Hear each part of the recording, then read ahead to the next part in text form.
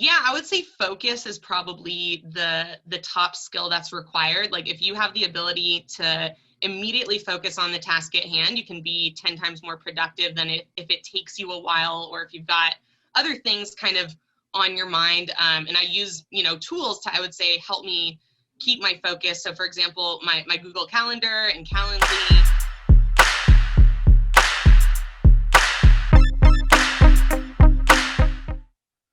All right. So we're live. How you doing, Maayan? Thank you so much for coming on the Chris Show's podcast. I really appreciate it. How's life? What's going on? Life's amazing, got a lot going on for sure, both building out, my Champion Empire business, as well as I've got my first ever fundraiser on the glassblowing side that's happening next month. And then just everything in between from, TikTok content creation to new clients and just networking. You are extremely busy. Have you been like that your whole I life? wouldn't say I'm busy. I'd say I'm productive. I Productive. hate the word busy, so I try to get people not to use it because I still have plenty of time. I just right before this went on an hour and a half walk with my husband and my dog Ninja. So awesome. I'm not too busy to do the things that I want to be doing. Well, that's awesome. So you're able to prioritize things that you want to do. So what's your secret to that? Let's just start with that, because a lot of people are busy, quote unquote, and then aren't very productive. So that's a really good point. So tell me, like, what led to you being able to figure that out and be productive rather than busy? Yeah, I would say focus is probably the top skill that's required. Like if you have the ability to immediately focus on the task at hand, you can be 10 times more productive than if it takes you a while, or if you've got other things kind of on your mind. And I use, tools to, I would say, help me keep my focus. So for example, my Google Calendar and Calendly, and, some different task related apps help me or allow me to focus on the task at hand without worrying, am I missing something? Am I forgetting something? And then I think also naturally, I am just very, very fast. So I'm fast at copywriting. I'm fast analytically with thinking about how things work. I'm fast creatively. So I have a bit of an advantage over maybe some people who aren't as strong in any of those areas. So you mentioned like technology, you're putting it to work for you. Yeah. I think that's really important because it's hard to stay focused, especially when, and I want to call it multitasking, but when you do have a lot of things that you're doing, because the focus is important. I think we get confused. We say multitask, which honestly, no one can really effectively multitask. You can Yeah. focus on one project and then focus on another project, but Yep. that's how you get it done to your standards and fast, like you're saying. I think you're a good example of that. Would you say that's pretty true? Is that? Yeah, there are times when I, quote unquote, multitask in terms of switching back and forth between several tasks very quickly. But again, I think I've developed the skill to be able to do that over time, where each time I switch, I'm immediately back in my focus zone. So it's not, like you said, there is no multitasking. Your brain can only think about one thing at a time. It physically cannot think of two things simultaneously. And so just understanding your own capability around, your level of distraction versus your level of intense focus, which is what I'd call kind of all of my focus is pretty intense in terms of I get really into it. I use all of my brain power that I have access to on a particular task, but then I'm very good at pivoting very quickly. And I think part of that's due to I really enjoy all the things that are, tasks on my to-do list. I think part of where people fall prey to getting distracted or their brain wandering is they really don't want to be doing the thing 100%. that they're supposed to be doing. And so I can relate to having those experiences where it's much harder to focus when you don't really, really enjoy the task at hand. Yeah, that's a really good point. And I think that goes on to where, like you said, you kind of have to enjoy what you're doing. Not kind of, you have to enjoy what you're doing. Otherwise, I think that's when you get distracted, right? That's when you lose focus, is because if you really enjoy it, it's like it just comes natural. You just kind of, you focus in on it because you're really enjoying it. Absolutely. So what do you do? Because everyone has stuff that you can kind of enjoy, but it's not 100% your pure passion or your enjoyment. Do you have any tactics that you use to try and do you like maybe flip it in your head a certain way to make yourself enjoy it? I mean, just some tactics that you use to keep yourself focused on something you're not passionate about? Absolutely. I'd say there's two main tactics that I use. One is I've built a team around myself that if I really don't like something, it's not what I'm going to do. I'm going to find a team member and add them to my team, and it'll be their, area both of strength and the thing that they really enjoy doing. So an example of that would be, I do not like video editing. Yeah, me neither. Not for videos on LinkedIn. I enjoy a little bit of editing in terms of TikTok, but again, really, I enjoy making a good video. I don't enjoy actual editing. And so I have someone on my team who does all the video editing for me. I'd say same thing with different types of organizations. So as I've been building out my company, figuring out what different tools are really going to work the best. For example, Miro boards is a really cool tool that I found that allows you to create different charts and organizational aspects in a really visual sense. It's kind of like Google Slides, but you can have one giant board that everything's on. And I had, my virtual assistant do some research and kind of feed me all this information that I needed to be able to start using it right away, versus me having to be in the pure figuring it out and messing around and doing things wrong area. I think like a lot of people, even though I use a lot of technology, I don't necessarily love learning new technology. Like I like knowing how to use it, but the learning how to use it where you're kind of struggling to figure out how to do something and you're pressing all the wrong buttons, or you're searching for the right thing, to me that's not as much fun. And so a lot of times I'll have a team member help me figure out and get past that part. The second thing that I use as a tactic is to reframe my lens or my perspective at which I'm looking at the task. So when, for example, I do have to learn a new technology because it's really, let's say, a marketing tool. Like I've been looking at a lot of different analytics platforms for influencer marketing, for being able to track how posts are performing, have them all be on one dashboard. And I've had to go through a lot of demos to see what different softwares are doing. I've had to go through their websites and kind of map things out. And while I love learning about it, the actual kind of tedious process of going through it is not super fun to me. So what I do is, instead of thinking about the learning part, I think about what am I going to be able to do with that learning once I've learned it. So the whole time while I'm learning, there's a good portion of my focus that's thinking about, oh, that'll be so cool, because then while I'm running the campaign, I can do this, or I can provide this value or info to my client. And that really helps me still stay energized and excited about everything that I'm doing. Otherwise, if it wasn't going to help me, I wouldn't be doing it. So if I just think about how it's really going to help me, then it's fun. That's awesome. You got to figure out your why for even every little task that you do, right? And there's your big why for pretty much everything you do, but every little thing has a why. Like, okay, how is this going to bring value to me or someone else that I'm trying to bring value to? That brings me, like, what I just recently went through a Tony Robbins seminar, and he's really big on basically, like, he calls it 10 timings your effectiveness. It's like you learn, like someone like you, if you're not particularly like, I'm kind of good at social media, or I'm kind of good at marketing, but it's not really your passion or your strength. You can learn a little bit and it's tedious and you're going to spend a lot of time on it and you're probably going to get unfocused. Or you can reach out to someone that is their passion and that's their strength, and either have them do it for you, or you have them teach you, because they've gone through those 1,000 or 10,000 hours, and you can just really get involved in that and get it real quick. Because they got good at it, they're gonna basically, you're not gonna have to go through all the tedious steps that you do when you really research, go do a deep dive and really research things. Not everything's beneficial, but you got to go through that process to figure that out.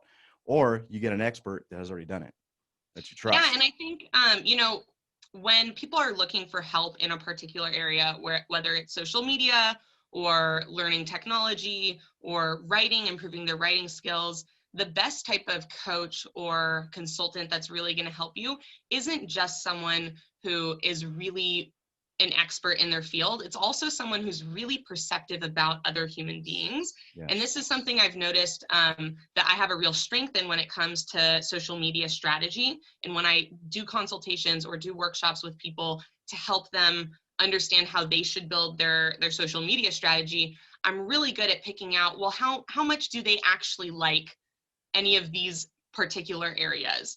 And then pairing that with, okay, that means they're probably going to be much better in this area versus this area. So the strategy has to shift to someone's passions and strengths and talents, because if you just have one concrete plan that isn't flexible to fit how human beings are all very different, your advice, no matter how much of an expert that person is, it might not really apply to you because you're different than them on a human 100%. level. So when you're looking out there and trying to find someone who can help you, sit down, with them or hop on a Zoom call and kind of ask them some custom tailored questions that'll give you that feel for if they have great advice particular and specific to you. And the way I would say that most people can judge that is when they're given the advice or the expert is sharing information, they get an excited feeling. Like if an expert is helping you and they don't make you feel excited about the thing that they're teaching you, it's probably not going to stick very well, and they're probably not custom tailoring that information for you. Well, you need that emotion, right? And like IQ is great. Intelligence is great. Having all the facts and being an expert on a particular subject is great. But to transfer that to someone else, that the art of teaching that requires you got to have more than just a balance. You need to be more, your EQ, your emotional intelligence has to be high. And I think Absolutely. that's a mark of a great coach, a great teacher, a great instructor, a great leader, is they've kind of found that balance. Because there's a ton of people out there that are absolutely genius level on a particular topic. And it's good for them, but having them bring someone else on into their same level is difficult because they don't particularly have that skill of the emotional intelligence, and they can't effectively reach the audience, whoever it is. And that's what's really important about, and I got that from you right away. Like your EQ is really high. It's really Thank you. Not to say that your IQ isn't, because it is as well, but you have Yep. that. But I almost value EQ more than IQ, honestly. Yeah. No, I completely agree. I think, again, human beings are such interesting, complex creatures that the more you can understand, and we're ruled by our emotions, right? For the most part, like there are a lot of people who have, let's say, mastered their emotions, meaning that they have built a lot of habits around how to deal with their emotions and how to harness their emotions. But we're still always going to be largely affected by how we feel, down to like when we feel unmotivated, we're way less likely, unless we have lots of practice and habits built in, to not perform as much. And even someone like myself, who I've got a lot of habits around on a day when I don't feel motivated, still getting things done to a high degree, there's no way it could possibly be as much or as productive as when I'm energized, because literally I'll be taking the energy that I have and applying it to whatever I'm working on. And so if you don't have as much energy, and your energy a lot of times comes from your emotions, then you're not going to be able to perform as well. That is so true. And that's your energy is everything. I mean, people always remember how you made them feel. Like they may not remember your conversation, they may not remember all the things that you talked about, but they 100% will remember how you made them feel. And that's the energy. And that's huge. And I think a lot of times we forget that. We don't focus. A lot of people don't focus on that very much. Like they're focusing on, okay, let me get the words right. And I always think of this thing. Communication. I think it says 80% nonverbal. Right? It's right around there, right? No, 80, that something like sounds that. right to me. Yeah, and so that there you go. That just proves it. It's like you're looking at how you feel. On that, how you feel, you mentioned something when we first opened up, and I want to go back to that because you could tell your level of energy went up as soon as you said it. Tell me about this this charity thing that you're doing. I want to know more about it. I'm seeing it on social media, and you're killing it on social media, by the way. Thank you. But I want to tell me about it. Tell me about, let me know what it's all about. I've had this thought in my head for at least a year that I wanted to do a charity event. And then I also had this thought that I wanted to see how long I could physically blow glass for. Because I've had stints with days or weeks in a row where I was doing straight up 18-hour glass blowing days. In fact, one of the weeks when I was kind of in this run of just massive amounts of glass blowing, I took a break and I noticed that my ankles and my legs had completely swollen up, because I guess if you stand too long, like all the blood kind of flows to your legs. And I was like, damn, okay, like it wouldn't be that hard to see if I could do 24 hours if I've already done 18. And so I wanted to combine those two ideas. And for me, I've always been someone who really enjoys like pushing my limits and seeing what I'm capable of. I ran a marathon when I was in college. I played basketball, and in basketball at a high level, you really have to push yourself, and your coach pushes you to like levels that you in your mind are going, I can't run anymore. I can't run anymore. Yep. And you still got to run. Yep. And then you get to see the results of what that does, you know, in your game, in your work, in your life. And so I just decided to pull the trigger probably 2 or 3 months ago. And I said, you know what, I'm going to do this fundraiser event, even though I have no idea really how to do a fundraiser. I've been a part of like other people's fundraisers all growing up, but never run my own. But I reached out to a couple people who have been more involved in running fundraisers. They've given me some amazing advice, and I'm just really excited to put on this fun show. So I'm going to be live streaming for 24 hours straight through TikTok. I've got a pretty large audience on TikTok, and my live streams get a pretty significant amount of viewership. Nice.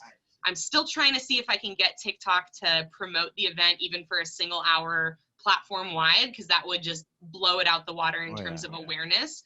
I've got a website set up where people can make donations. I'm also accepting sponsors from businesses and giving them different levels of promotion.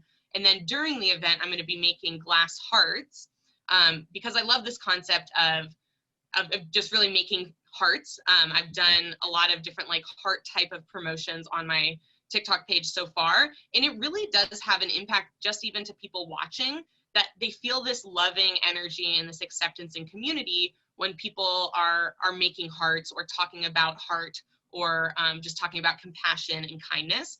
And then afterwards, I'm going to be auctioning off or selling. I haven't quite figured out the dynamics, but I'm basically going to sell all of the hearts and then donate that money to charity as well. Have you chosen a particular organization? Is it going to be spread out over multiple, or what's the? Yeah, so there's 3 charities that I'm supporting this year. This is kind of the first of an annual fundraiser that I plan to do for as long as I physically can, the rest of my life, hopefully.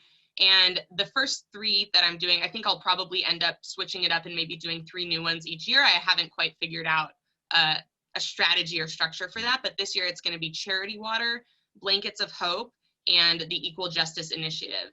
And Charity Water and Blankets of Hope are both 100% types. I forget, there's like an official name for, I think it's like 100 charities, meaning that 100% of the donations go to, you know, building wells for Charity Water, like go directly in. None of it goes to organizational costs because they have like separate donors that basically cover all of their organizational needs. And so when someone gives $5, that $5 goes directly to help the people in need.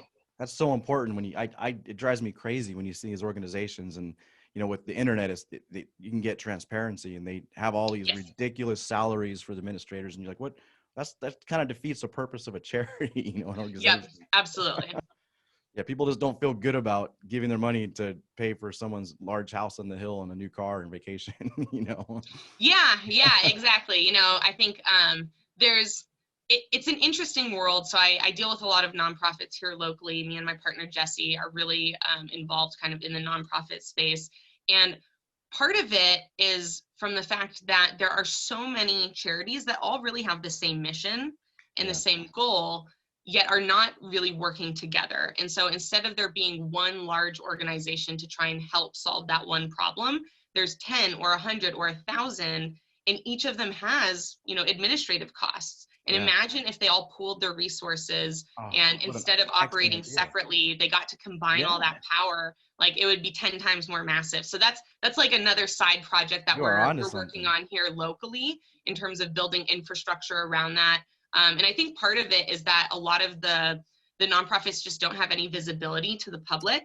Like the public just simply doesn't even know that they exist because there's no home place for them to view that information. So here, my partner Jesse's really involved, and he found this amazing web developer to help on the project. But we're trying to create a website where you could go to the website and see every single nonprofit in Spokane broken down into categories, information about each of them. That way, if you're someone who wants to give, you can go to one centralized place and have all of the information available to you. That's awesome. I love that idea. That makes a lot of sense because there's a lot of charities out there. And if you shared the cost, and more of that money could go towards what you originally started the organization in the first place. That's Yeah, awesome. even just in terms of like buildings, right? A lot of these organizations need a place where people meet. Imagine if they shared building space. Like that would save so much on costs. So there's a lot of things like that, inefficiencies, let's say, in the nonprofit space that I think entrepreneurs like myself and lots of people out there who are entrepreneurial, like if you're an entrepreneur, what it means is that you like to solve problems. Yeah. So, find the areas where there's the most problems and you can make a really big impact. You like how I found you was on LinkedIn specifically. I remember it was the first time I reached out to you, and I noticed you, and I noticed you were killing it, and you seemed genuine, and you seemed like you really like. I have a passion for entrepreneurs myself, and I feel like there's so many good ideas out there, and a lot of people have the idea, but they're like, okay, well, how do I make this happen? And Yeah. you are a pivotal point of that, because you do need to get recognized.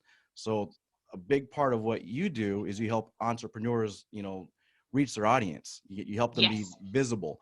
You help them, and through social media is I think one of the best ways right now that we have, as far as, Especially right now. Yeah, you can't yeah, go to a networking event or a conference or yes, a show anymore. Like I used to go to trade shows a lot, and that was a great place to network and make business connections and drive sales. And those have all but disappeared. They have like yeah. virtual versions, but it's not the same at all. It's not. One thing that's exciting, I think, about this time, and there's a lot of negatives, but I try and see the positive in everything. And particularly for this, I think that trade shows were dying anyway. It was heading that direct. Maybe not dying, but definitely, scaling down. And I think this has kind of made a big push more towards, okay, what can we do? What's the better alternative? And honestly, I feel like there is. The metrics prove it. You get way better ROI on your with social media, or even just digital for that matter. These physical trade shows, it's crazy if you look, because I've worked for a lot of different people representing a lot of different manufacturers, and it's crazy that, it's like every year goes lower and lower and lower, and they're pricey.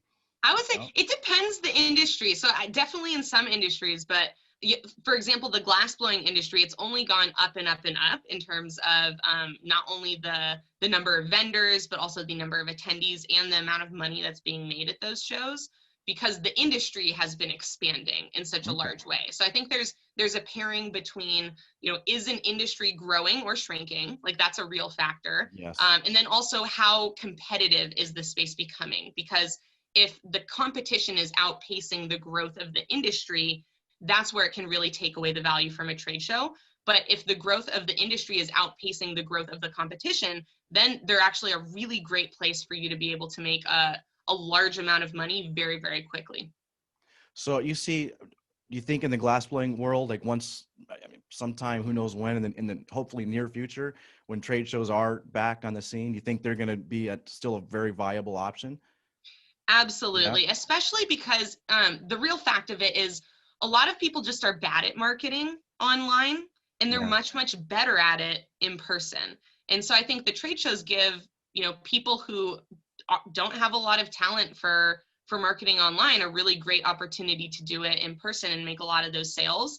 But also just the fact that it brings all of the buyers into one place in a very short amount of time and gives you easy access to them. So there's so much nuance to it and to trade shows and like actually executing a trade show well. And I think it's a huge skill, which is part of why I got into it very early. I knew that right away. It would take a long time and a lot of trade shows before like probably we even made a profit, let alone started, making significant profit. So people should know that it's the same as anything else. Like you shouldn't expect to go to a trade show and just automatically walk away with a bunch of sales. There's like the actual selling skill of you in person. Like, are you good at sales? Yeah. There's positioning on the trade show floor. Like definitely some booths are much, much better than others, and that can play a huge factor. There's like what your booth setup looks like. There's all these different dynamic factors to it that are going to come into play.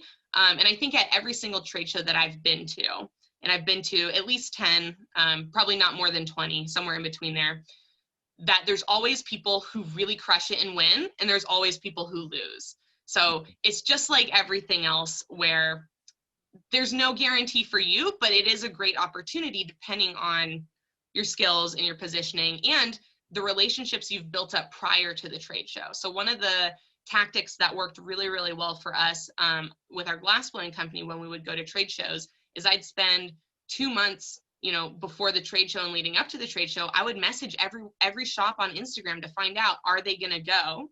And if they were going to go to the show, I'd tell them my booth number and tell them to stop by and grab a free this or a free that.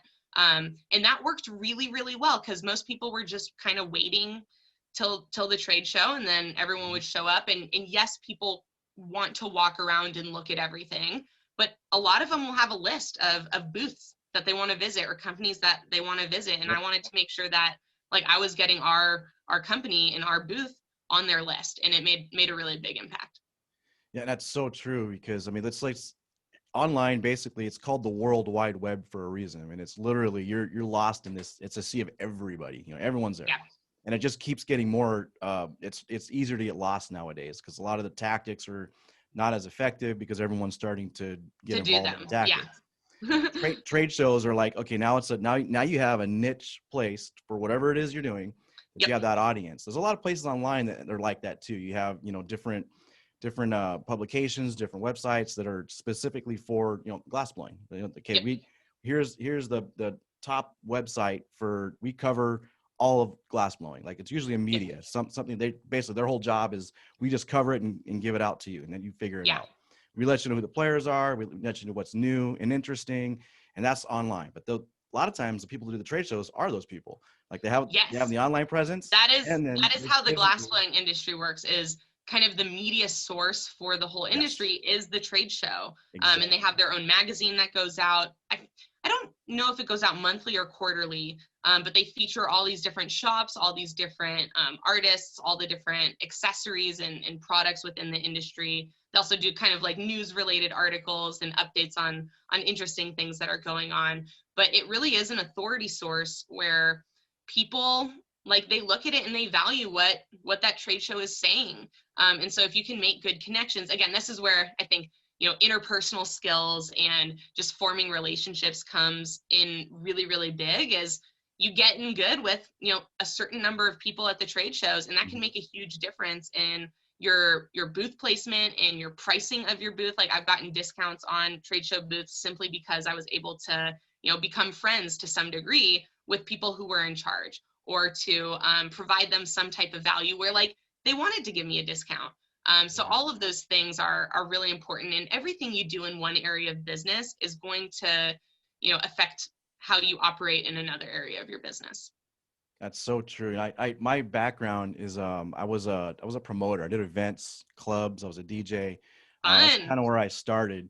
But you know what's funny is, like, I literally, everything I've done after that, and I did it for a number of years. It's the same principles, and I wish, like, I go into every single industry, and I feel like I have a leg up and a head start, because I literally was doing guerrilla style marketing. I would go print flyers out, I'd put them on cars, I'd try and get a radio station to get me on the radio. It's like, there's so many tactics you try and do before your event to try and get people to come.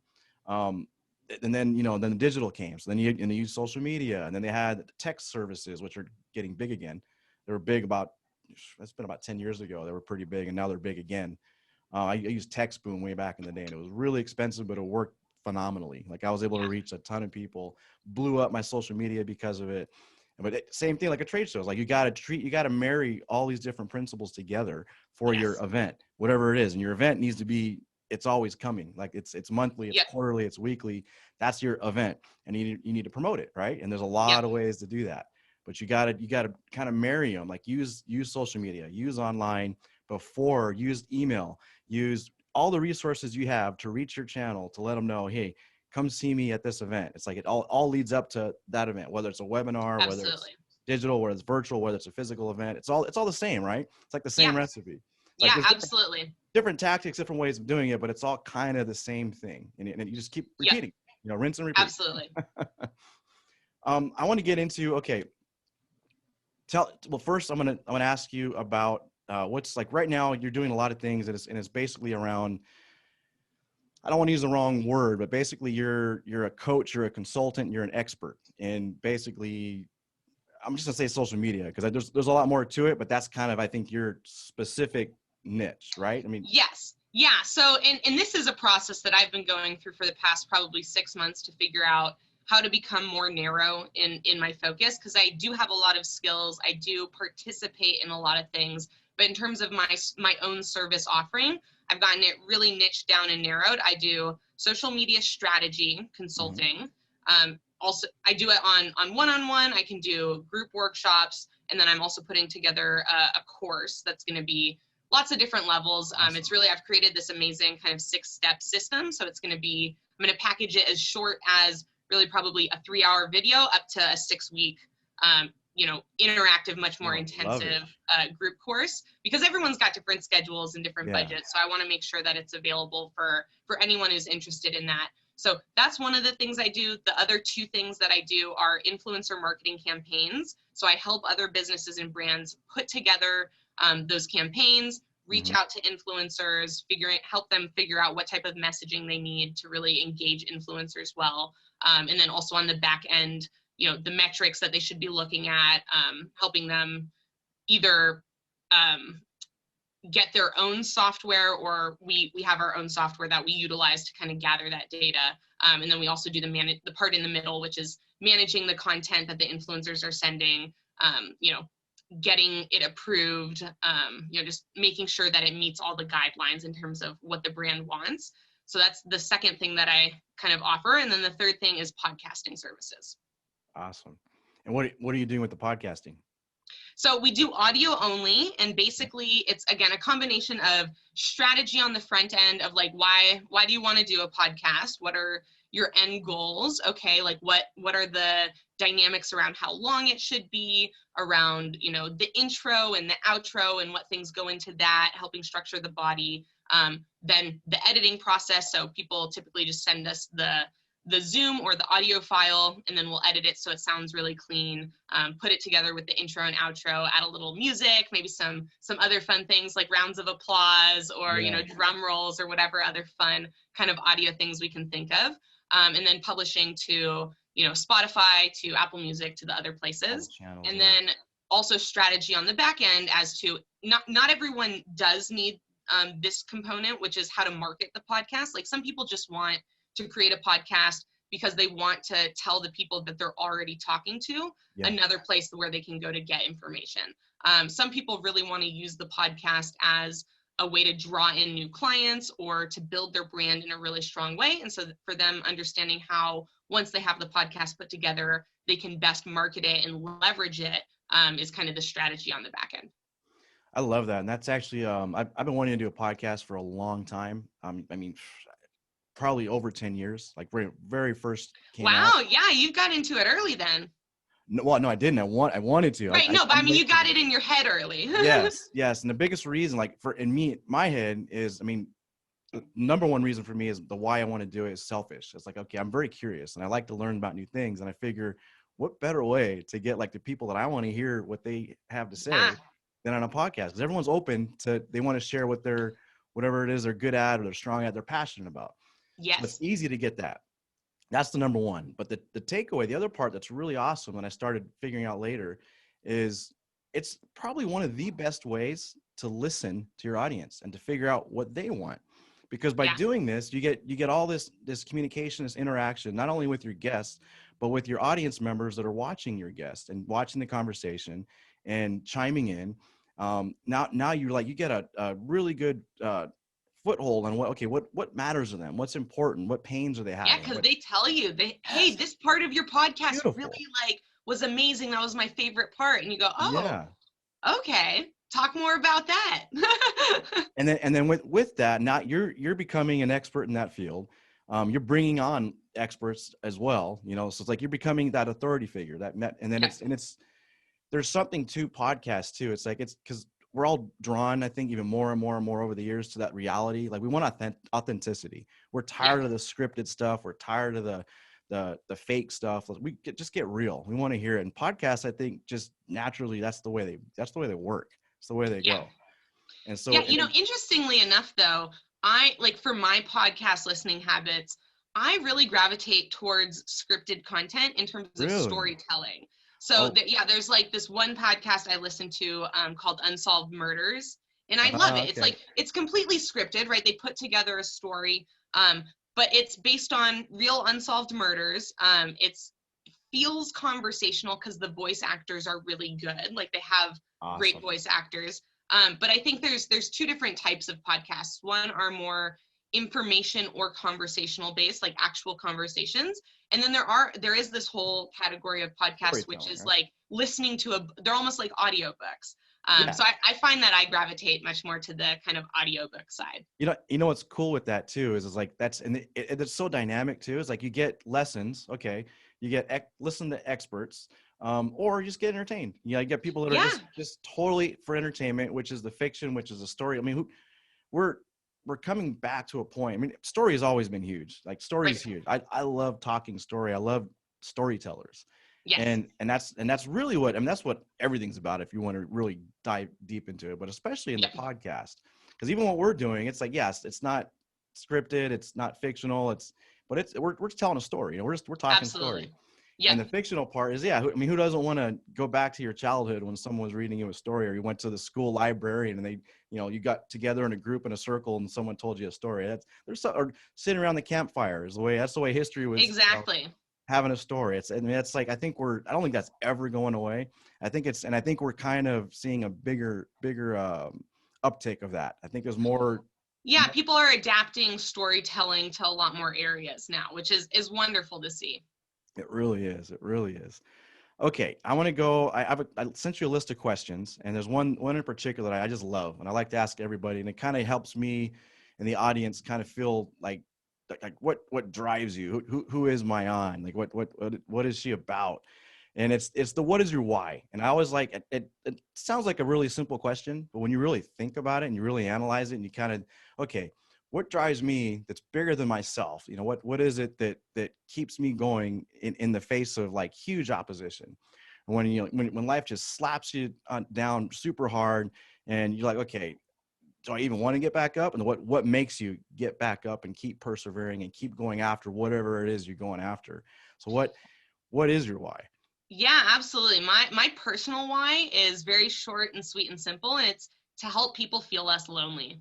I think there's such a large amount of loneliness, and I mean, how that executes is in a lot of different ways, but that is really the heart of my personal why. That's awesome, and that's definitely bigger than yourself for sure. So you're here to serve, and I think you're which leads us back to what everything you're doing is awesome, because how do you make more people feel less lonely? The one-on-ones are great. One-on-ones are awesome. They have to keep continuing, but to have a bigger and greater impact, to reach more people, to serve more people, it's where the courses like you were talking about come into play. It's where going live on social media where someone can look at it a week from now instead of just that one. It's like you can actually take that and it can work for all eternity, really. It's like your book. You wrote your great novel, and someone 100 years from now can read that novel. And we're lucky right now because it's digital. You literally, I mean, video and audio is so much more powerful. Not to say a written word isn't, because written word brings the creativity. Sometimes they have bigger impacts. But when someone wants to go back and really go back and you read Aristotle, I would love to have seen a video of him saying everything. Wouldn't that be awesome? Yeah. Absolutely. So we're in a really cool time. Like this stuff we're doing right now is going to live on for a lot longer than us. We all have like the real opportunity to create legacies that live far beyond, our own lifetimes. And like you said, I think, it was much harder and more difficult to accomplish that in the past because things just weren't as accessible. They had, even physical books, like books get deteriorated and like they can fall apart or get lost. But when you put something out on the internet, it's much easier to find and access. 100%. I give you another question. And it's basically your younger self. And I put 10 in there, but it's different for everybody. It's let me clarify. It's basically, it's that person when it was Maayan that still had the crazy, I'm going to say ridiculous, which is the wrong terminology, but we, like an adult would say, oh, that's crazy. Yep. Going to be president of the United States, which, you know, you never say it, tell a child that, but in the back of your head, you're thinking, yeah, you're not going to be president of the United States. Yep. But the Maayan that really believed, hey, I'm going to be an astronaut, or I mean, it could be about a professional ballerina or whatever it is, a veterinarian. And then a lot of people go on and they actually do achieve that. But some people in that journey, in that process, they get knocked down too many times, and okay, maybe they decided not to pursue this because they got knocked down or told no too many times. Yep. But what would young Maayan coming right now into your life, so I'm sure she'll be very proud of a lot of things you're doing. She may have some surprises. She may be, okay, wow, you exceeded my greatest expectations. Or she might be like, why did you give up on that? We wanted to do this so bad. What happened? I mean, I'm just curious. And yeah, what would young, big dream Maayan say about your life right now, if they came in and saw your life right now? Yeah, I think younger me would be blown away by the diversity of opportunity that really existed for her. So when I was really young, I wanted to be a veterinarian. Kind of nailed it on the head there. But that was mostly due to the fact that I just didn't, there were like 7 job options that I knew of. Like my world was so small and closed off from the reality of the vastness of opportunities that existed, that I didn't even think of many things that I wanted to be or could have been, because there was such a limited amount of those opportunities in my mind. And I never knew that, and I'm young enough where like the internet wasn't a huge thing, so people weren't thinking about like making money in real regard on the internet. But I definitely would have been shocked that that the internet was somehow facilitating like my career the way it is, and that I had the potential and opportunity to do all these different things that I'd literally never even considered or thought of as a 10-year-old. Wow, that's cool. So you said veterinarian, and let me just go back to that real quick. Yep. Did you explore that at some point? Did you? Yes. Yeah. So I was dead set I was going to be a veterinarian until really my second semester of college, when I started realizing that I would have to be in school for like 10 more years before I got my degree. Mm-hmm. I also took a zoology class and was just really grossed out by by a lot of things that we had to do in zoology lab. And I started thinking like, maybe I don't want to be a veterinarian. I also I'm fine with the sight of my own blood, but I'm one of those people, like, I really don't want to see other people's blood. And so I started thinking like, am I actually going to be able to do surgeries on animals, or will I have like emotional capacity problems with doing that? And coupled with the fact I was like, I don't want to be in school for 10 more years just to then get to do the thing that I really want to do. I also was what would you call it? I don't know, like, it wasn't a janitor, but basically I had janitorial duties at a vet office. I was doing like a lot of cleaning, and like I gave the dogs their medicines and kind of took them out to the bathroom. And it was so boring for me. Like I was so beyond bored because there was no creativity involved with it. It was just a do these tasks type of job and do them over and over and over again. And so again, I was like, man, this probably isn't for me. I did other various things. Like I volunteered for an entire summer at the zoo in Israel, which was really, really cool. And I really enjoyed that experience. So I think I definitely, if I did pursue that route, would have gone into like zoo related veterinary work, but it just wasn't something that really excited me the same way that even copywriting excited me. I got so excited at what copywriting could do and how it could affect how people felt and the decisions that they were making. And I realized comparatively that veterinary medicine just didn't make me feel excited in that way. Gotcha. Are you gonna, do you currently, have you manifested that desire into something else? I know the reason why I asked is my daughter wanted to be a veterinarian as well. She's 21 years old. She went to Thailand. She volunteered at an elephant sanctuary. She's done a lot of stuff like that. We're huge so much lovers. fun. Anyone can do that though. Like you don't have to be a veterinarian or even interested to be a veterinarian. Like another thing I did is I volunteered at the Paws Wildlife Center over here in Western Washington, and I got to feed baby squirrels, like with a little milk bottle, and like baby raccoons, and So cool. take care of like owl. It was super fun, but you don't have to be interested in veterinary medicine at all. You could just be someone who likes animals and wants to, you know, volunteer their time. So I have done things like that. I think the way that it's really manifested is that I have 4 dogs. So I'm just an animal lover. And I thought, you know, growing up, the rhetoric around my house and just like everywhere that I was from all the adults that I knew was, hey, you got to get a degree in something. Otherwise you're going to be broke your entire life. You'll never make any money unless you get a college degree. And so I went, okay, well, if I have to get a college degree, what's the thing that I enjoy the most?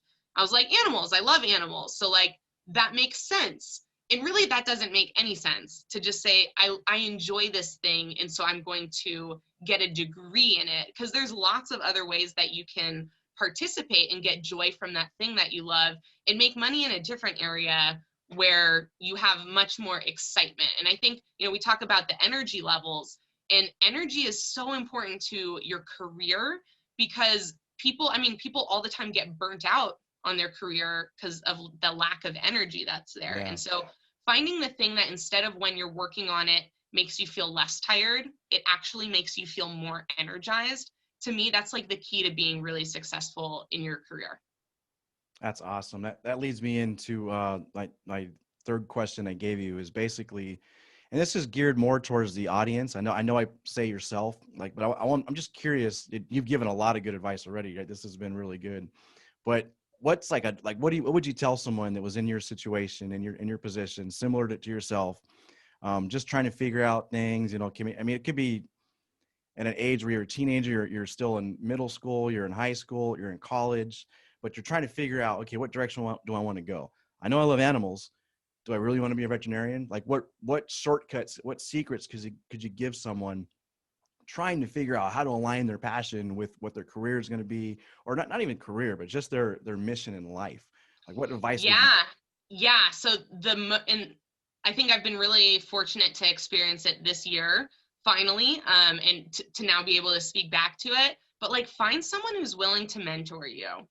And someone who really believes in you as a human being and is not interested in you because of the thing that you're interested in, but like they really connect with you as a person, and because of that they want to mentor you and help guide you, and that there's someone with a lot more experience, a lot more knowledge, and just that outside perspective, asking you the right questions can really help you figure out what direction that you're meant to go.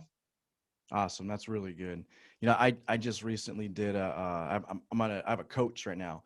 And man, what an awesome experience. I tell you, it's like someone to hold you accountable, someone that kind of sees past your bullshit, you know, that won't take it, you know, and they're not taking your normal surface level answer. They dig into it and they really draw it out of you. But wow, what an amazing thing. It's like, it's someone it's mentoring you, and they really honestly are doing it from a point of, look, I'm trying to make you better. You know, I'm trying to make you be the best version of yourself. And that's so key. I think that's everyone and needs. I think, you know, coaches have gotten a bad rap because just like every profession, like there are some amazing coaches and there are some really crappy coaches. And people like to talk a lot more, I think, unfortunately, about really bad experiences more than they do really good experiences. Because a lot of times, like when you're super happy and things are going great, you don't feel the need to talk about it, that you're just like happy in your zone. Versus when something really bad happens to you, or you have a really bad experience with someone, you feel a pretty strong need to tell everyone you know about it. So I think, you know, overall, the coaching industry has kind of a bad rap, the same way that the sales industry, you know, like there's the snake oil salesman is like a real thing that people have in their mind, even though really good salespeople have the most pure intentions about, like, they really want to help you and they believe that their product or their service can really help you. And if they think that it can't, they won't try and sell you on it. The same thing is true of like really great coaches, is that they're not going to take you on as a mentee or a coaching client if they don't really believe that they can help you. And I know for a lot of people, it's hard for them to figure out who's in which category.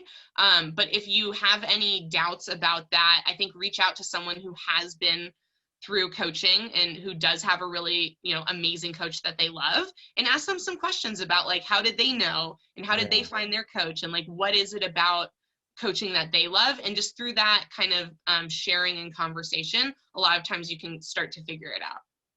Awesome. I like that. You have some really good things that you said. And I just want the audience to know, you weren't always killing it. You weren't always this amazing.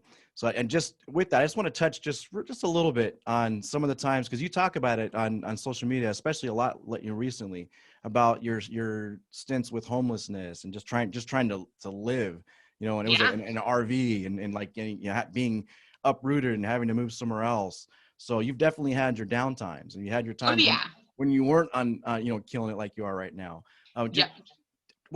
Just briefly touch on just real quick about that, and then maybe some pivotal moments that led you to where you are right now, from that place. Yeah, absolutely. So for me, when I was really, really down, both in kind of, bad conditions around my living situation, but also like that's pretty tied typically to mental state. So when I was homeless, like not this happy or energized, I was like, had a lot of bad thoughts around like, is this always going to be my life? Like, this sucks. Like, I'm hungry. I'm too hot. I'm too cold. I'm bored because we've been at the same park for 10 hours but can't go anywhere else. And what always got me through those times emotionally and physically onto something better was just taking action in whatever I could do to make progress or to do something that was going to bring value into my life. So that started with just feeling so bad about myself, where I, went, well, at least if I work as hard as I can feel proud about, even if that work doesn't turn into something, I'll still feel good that I applied myself to the fullest.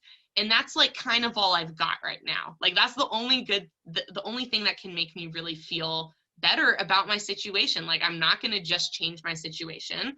All I can focus on and do is what I can do. And I'm going to do that. And I'm not going to let myself be like lazy or false circumstance or victim to like my conditions in my environment. And that created opportunities for me that I didn't know were out there, that I didn't really believe were going to happen. But I just knew that to live with myself and not fall further into a depressive state, I had to do something, so that when I looked back on my day, even if it sucked otherwise, I could go, at least I did something about it. I love that. And that's a really key point is, things don't happen overnight. Like, you don't make huge, giant steps and leaps overnight. It's the baby steps. It's those little things. Like I like to say, I just want to do better than I did yesterday. And I think if we live by that, it could be just a little small, simple thing, but if you did that every day and it compounds, then eventually you're way better, because you're being a little better. And then you were in such an uncomfortable place. The pain was probably getting too much. And that sometimes we underestimate the power of like being put in a really bad place, because that I think was what it took to motivate you to probably take that, to have that realization. So, well, at least let me just do this so I can, just get a little bit better. Yeah, even just to a distraction level, like you just said, like when you're really uncomfortable, you like to distract yourself from that uncomfortability is a big deal and can make life much more bearable. And one of the best ways to distract yourself is just by doing something, whether that's, online creating something on your computer, or whether that's doing a workout, or just, taking action in a particular area can make you forget all about the circumstances that you're in, coming back to the focus, right? Because you can only focus on one thing at a time. So if you're really focused on what it is that you're doing, you can forget about all the other things that might otherwise weigh you down.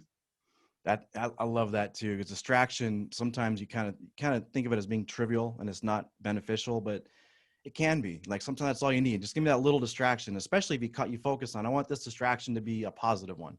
And you do that. And before you know, it's like you start creating habits, and you start getting more and more of those. And to where maybe that's how you find your mission in life, how you found your path forward, Exactly. Yeah. Not everyone's born knowing. I would say most people are not born knowing what it is that they really want to do. Like, we all have to discover it somehow. And how else are you going to discover it other than doing things? 100%. It's like you can read all the books on how to swim, but until you actually get in that water and start Like swimming, you don't even know if you yeah. like swimming until you try it. You Yeah. gotta No matter try how it. much you like reading about it, it's different. Yeah. Yeah, just do something. I think that's so Yep. important. It's like, just do something. It doesn't have to be the right thing, but just do something. You can Yep. try all those wrong things over and over and over. You'll eventually find that right thing. Absolutely. Awesome. Well, I really appreciate you coming on the show. I want to leave the notes in this as far as where's the best place for people to reach you? LinkedIn is probably the best place for people to get in Okay. touch with me. The other good place though is Instagram. So LinkedIn is just my first name, last name, Maayan Gordan. On Instagram, it's Maayan Gordan Media, all one word. Awesome. Well, that'll definitely be in the notes. And I want to just let the audience know that Maayan is an excellent resource. If you are struggling, if you are trying to figure out, your path forward, especially with social media, she's a perfect person to reach out to. She does consultations, and just like she was saying, she's going to consult you. And if she doesn't feel like she's a good fit, she's going to be open and tell you she's not. I know from firsthand experience. I've had a couple consultations with her. I really appreciate what you're doing, and I hope that with this, maybe you can do this more. I look forward to the courses so you can help more people. Yeah, absolutely. Thank you so much for having me on. Thank you so much, Maayan. You have a good one. You too. Bye.